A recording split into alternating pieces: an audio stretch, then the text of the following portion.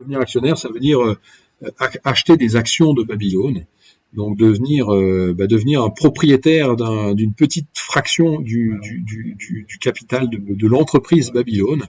Ça veut dire qu'on va proposer aux actionnaires d'acheter des actions, tout simplement, à l'occasion de cette augmentation de capital. Le prix de l'action est fixé à 175 €.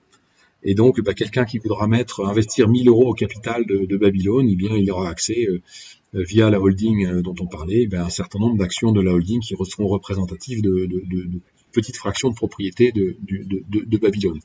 Alors, ça veut dire aussi un accompagnement sur la durée, puisque devenir actionnaire d'une entreprise, c'est pas tout à fait un investissement comme les autres. C'est pas placer votre argent dans votre banque et puis récupérer votre argent dès que vous en avez besoin pour un usage de trésorerie. Non, c'est quelque part s'engager avec nous sur du moyen long terme, puisque quelqu'un qui devient actionnaire peut un jour peut-être récupérer le fruit de son investissement, mais quand on parle d'actionnariat, eh bien la récupération du fruit de l'investissement, ça implique tout simplement une cession des actions dont on est propriétaire.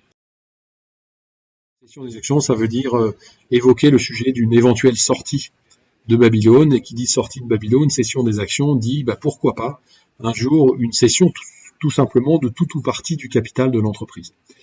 Donc, quelle peut être la sortie pour quelqu'un qui rentre chez Babylone dans le cadre d'une augmentation de capital?